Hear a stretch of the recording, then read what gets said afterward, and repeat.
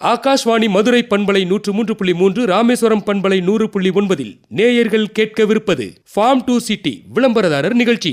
இந்நிகழ்ச்சியை வழங்குவோர் இந்திய அரசின் வேளாண்மை மற்றும் விவசாயிகள் நல அமைச்சகம். மலைப்பயிர்கள் சந்தைப்படுத்துதல் குறித்து தேனி மாவட்டம் போடி வட்டம் அகமலை விவசாயி எஸ் சரோஜினி அவர்களுடன் நேர்முகம். உடன் உரையாடுகிறார் ஆர்பி பரிமளா தேவி அவர்கள். வணக்கம். வணக்கம் மேடம்.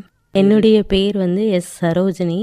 நான் மலைக்கிராம விவசாயம் பண்ணி இப்போ ஏற்றுமதியும் நான் பண்ணிகிட்ருக்கேன். இப்போ மலைப்பயிர்கள் அப்படின்னு சொல்லும்போது என்னென்ன மலைப்பயிர்கள்லாம் இப்போ நீங்கள் விற்பனைக்கு கொண்டு போகிறதுக்காக செஞ்சிட்ருக்கீங்க? நாங்கள் காஃபி, மிளகு, ஏலக்காய் இந்த 3 மலைப்பயிர்கள் மட்டும்தான் விற்பனை பண்ணிகிட்ருக்கோம். மீதி எல்லாமே பழங்களில் வரும். பழங்கள் ஆணுக்குள்ளேயே நாங்கள் விற்பனை செஞ்சுட்டு அப்படியே நாங்கள் வந்துடுவோம் மேடம். இப்போ மலைப்பயிர்கள் அப்படின்னு சொல்லும்போது அதை விற்பனைக்கு எடுத்துகிட்டு போகிறதுக்கு முன்னாடி நீங்கள் என்னென்ன நடவடிக்கைகள்லாம் மேற்கொள்கிறீங்க?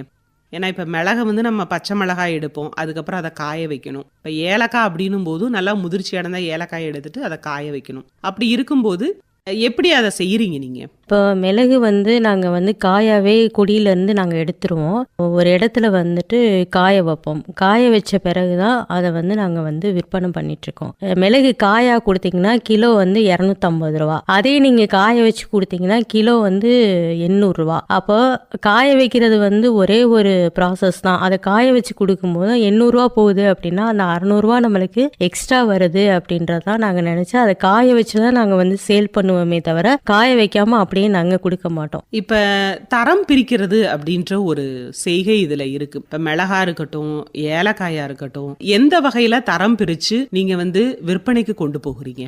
மிளகை பொறுத்த வரைக்கும் 8 mm, 7 mm, 6 mm, 5 mm, 10 mm இந்த மாதிரி இருக்குது. அதே மாதிரி தான் ஏலக்காயை பொறுத்த வரையும் 6 mm, 7 mm, 10 mm, 9 mm இந்த மாதிரி இருக்குது. ஒவ்வொரு எம்எம்முக்கும் ஒவ்வொரு ரேட்டு. இப்போ நீங்கள் 6 mm வாங்குறீங்க அப்படின்னா மிளகை பொறுத்த வரையும் அதுக்கு ஒரு ரேட்டு. அதே மாதிரி 10 mm, 11 mm வாங்குறீங்கன்னா அதுக்கு ஒரு ரேட்டு. அதே மாதிரி தான் ஏலக்காயும். காஃபியை பொறுத்த வரைக்கும் 2 வகை தான் இருக்குது. ஒன்று ரோபஸ்டான்னு சொல்லுவாங்க, இன்னொன்று அரேபியன் சொல்லுவாங்க. அரேபியன் நாட்டு ரகம். அதை நாங்க செடியில இருந்து பழமா பறிச்சு அந்த பழத்துல இருந்து தோல் எடுத்து அதை நாங்க கழுவி காய வச்சு அதை அப்படியே நாங்க சேல்ஸ் பண்ணிடுவோம். ஆனா இந்த மிளகுலையும் ஏலக்காயிலையும் தான் தரம் பிரிக்கிறது மேக்சிமம் இருக்கும். தரம் பிரிச்சு ஏன் விற்பனை பண்றோம் அப்படின்னா நீங்க அந்த எம்எம் கூட்ட கூட்ட உங்களுக்கு அந்த ப்ராடக்டோடைய விலை கூடும். எம்எம் குறைய குறைய அது குறையும். அதனால தரம் பிரிச்சு தான் மார்க்கெட்டுக்கே உங்களுக்கு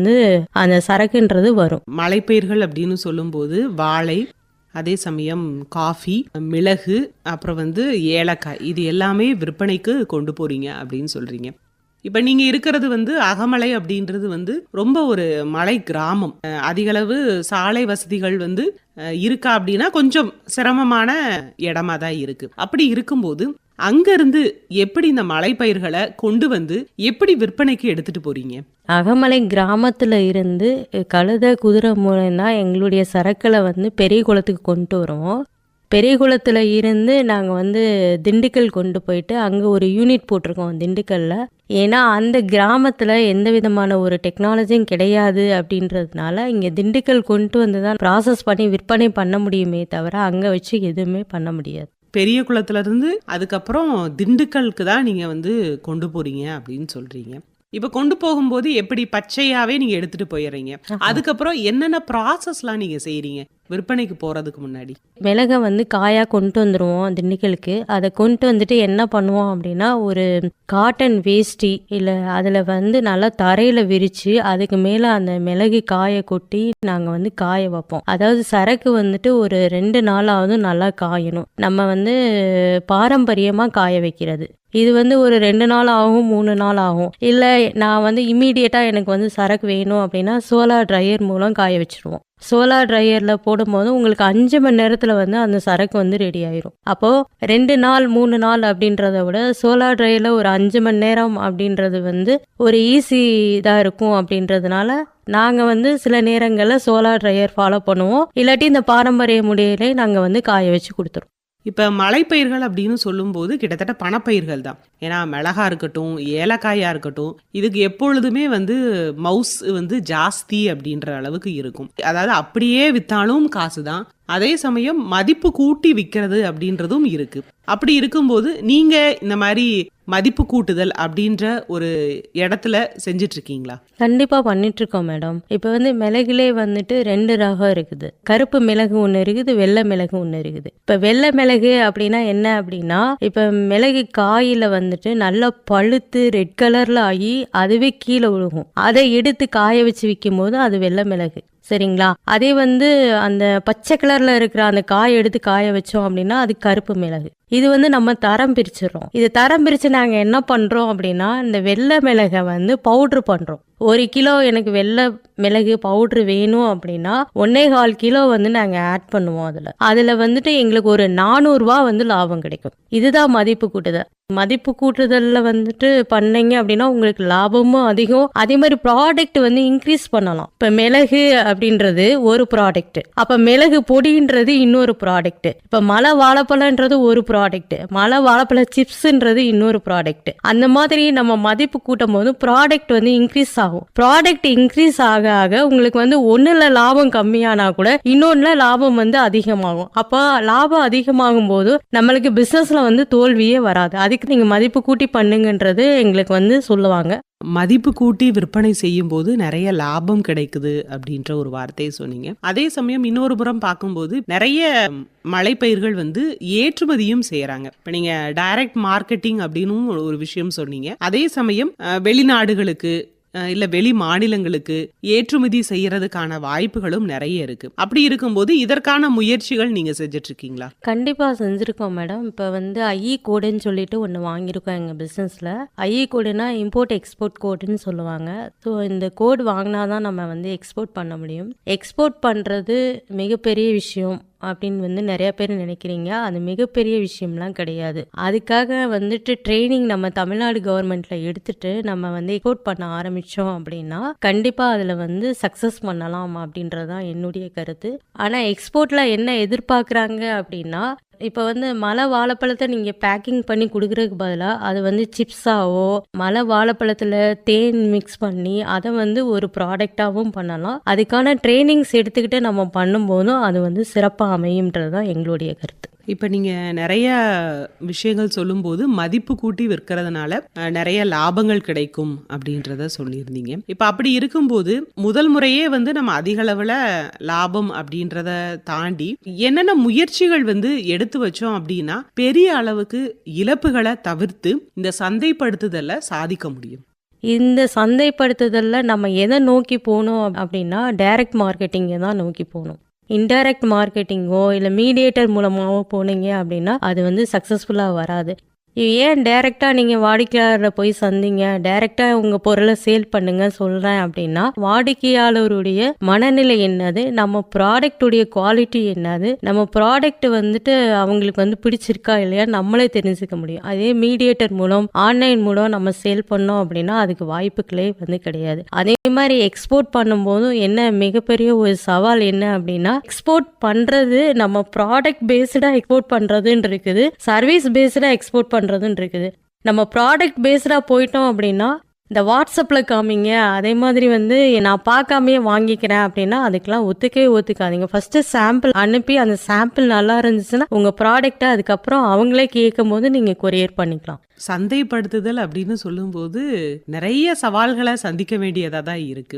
மலைப்பயிர்கள் அப்படின்னு சொல்லும்போது கொஞ்சம் ஈஸி, நீங்க மதிப்பு கூட்டி விற்பனைக்கு கொண்டு போறதுனால தான் இந்த அளவுக்கு ஈஸியா அதை சந்தைப்படுத்த முடியுது. ஆனா அதே சமயம் இப்ப நீங்க பச்சை மிளகாவோ இல்ல பச்சை ஏலக்காய் இல்ல மலை வாழைப்பழத்தை நீங்க நேரடியா விற்கும்போது அதற்கான வாய்ப்போ அதை நம்ம தேக்கி வச்சோம் அப்படின்னா அந்த ஒரு தேக்க நிலையும் உருவாகிடும். இப்ப இதெல்லாம் தவிர்க்கணும் அப்படின்னா இப்ப சந்தைப்படுத்துதல்ல முக்கியமா என்னென்ன விஷயங்களை கவனிக்கணும்? ஏன்னா சில சமயம் பார்த்தோன்னா அதிக அளவுக்கு நமக்கு உற்பத்தி கிடைச்சிடும். இப்ப மலை வாழைப்பழம்லாம் நம்ம ரொம்ப நாள் நம்ம தேக்கி வைக்க முடியாது. இப்ப அதே சமயம் காஃபி அப்படின்னு வரும்போது அந்த காஃபி பழத்தை நீங்க எடுத்து எப்படி விற்பனைக்கு கொண்டு போறீங்க? இப்ப ஏலக்காயா இருக்கட்டும் இல்ல மிளகாக இருக்கட்டும், இதெல்லாம் எப்படி நீங்க ஒரு தேக்க நிலை வராம எப்படி ஈஸியா அதை எடுத்துட்டு போறீங்க விற்பனைக்கு?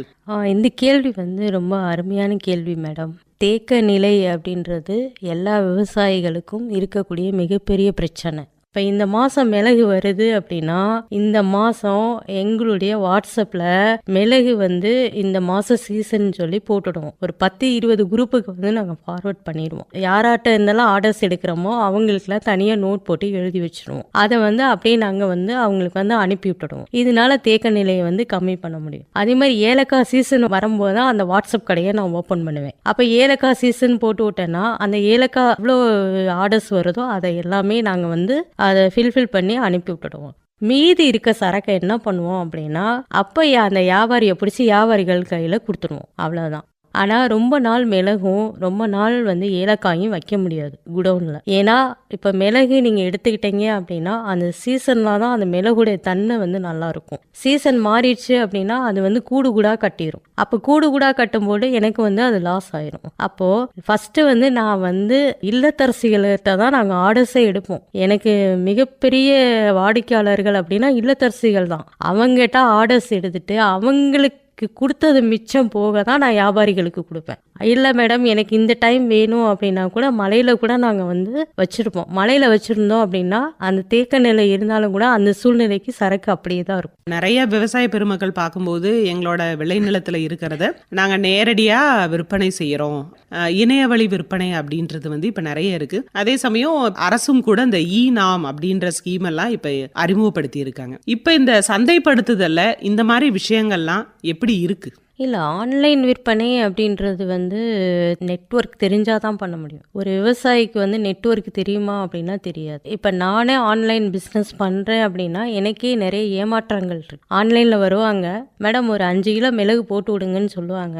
சரி அட்ரஸ் அனுப்புங்கன்னு சொல்லிடுவோம், அட்ரஸ் அனுப்புவாங்க. காசு 4 நாள் ஆனாலும் வராது. அப்போ காசு எப்படா வரும்? பேக்கிங்லாம் பண்ணிடுவேன், எல்லாமே அவங்களுக்கு அனுப்புவோன்னு சொல்லி அட்ரஸ்லாம் எழுதி வச்சுருவோம். இந்த காசு அனுப்புங்க அப்படின்னு சொன்னால் நீங்கள் முதல்ல பொருள் அனுப்புங்க, பார்த்துட்டு காசு அனுப்புறேன்னு சொல்லுவாங்க. நம்மளுக்கு முகமும் தெரியாது, அவங்க போட்டிருக்க அட்ரஸுக்கு நம்ம பொருள் அனுப்பணும் அப்படின்னா அது மிகப்பெரிய ஏமாற்றம் ஆன்லைன்ல. 2வது, ஆன்லைன்ல பிசினஸ் பண்றீங்க அப்படின்னா வாடிக்கையாளராக இருக்காங்க அப்படின்னா அவங்க என்ன மாதிரியான பேக்ரவுண்ட் வச்சிருக்காங்க அப்படின்றத நம்ம நோட் பண்ண முடியாது. இப்போ உங்களுக்கு எனக்கும் வியாபாரம் தான் டார்கெட்டு, உங்களை பத்தி நான் தெரிஞ்சுக்கிட்டு நான் என்ன பண்ண போறேன் அப்படின்றத ஒரு நம்ம நினைக்கவும் முடியாது. இது 2வது ஒரு சவால். 3வது என்னன்னா, ஆன்லைன்ல நம்ம விற்பனை பண்ணும்போது முகமும் தெரியாது. அவங்க நம்ம ப்ராடக்டை வாங்கிட்டு யூஸ் பண்ணிட்டு அவங்க என்ன ஃபீட்பேக் போடுறாங்களோ அதை வந்து நம்ம வந்து வாங்கிக்கணும். இப்பெல்லாம் மோசடியெல்லாம் வந்து நடக்க ஆரம்பிச்சிருச்சு. 500 ரூபாய்க்கு ப்ராடக்ட் வாங்கி நல்ல பிள்ளை மாதிரி 500 ரூபாய் அனுப்பி விட்டுருவாங்க. அடுத்து 5000 ரூபாய்க்கு ப்ராடக்டை வாங்கி